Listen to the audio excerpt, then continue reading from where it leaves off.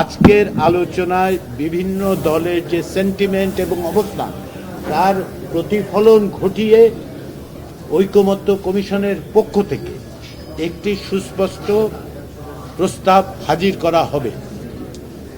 যে আলোচনাগুলো হয়েছে তার রিফ্লেকশন, তার প্রতিফলন ঘটিয়েই একটা নতুন প্রস্তাব আনা হবে, যাতে করে এই যে সাম্য, মানবিক মর্যাদা, সামাজিক সুবিচার ও গণতন্ত্র সংবিধানে যুক্ত করা, উল্লেখ করা কিংবা অন্যভাবে সংযুক্ত করার প্রশ্নটা তখন বিবেচিত হবে। এইটা ঐকমত্য কমিশনের পক্ষ থেকে একটা সুনির্দিষ্ট প্রস্তাব আনা হবে, যা লিখিতভাবে, যেটা আসলে আজকের আলোচনাকে রিফ্লেক্ট করে।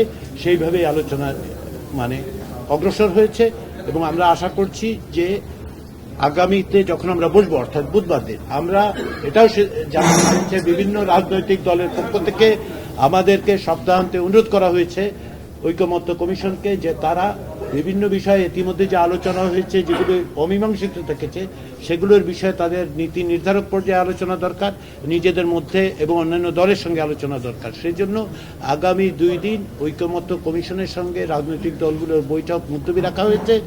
বুধবার দিন আমরা সকাল 10:30টায় মিলিত হব এবং তারই মধ্য দিয়ে আমরা অমীমাংসিত বিষয়গুলো মীমাংসার পথে অগ্রসর হতে চেষ্টা করব।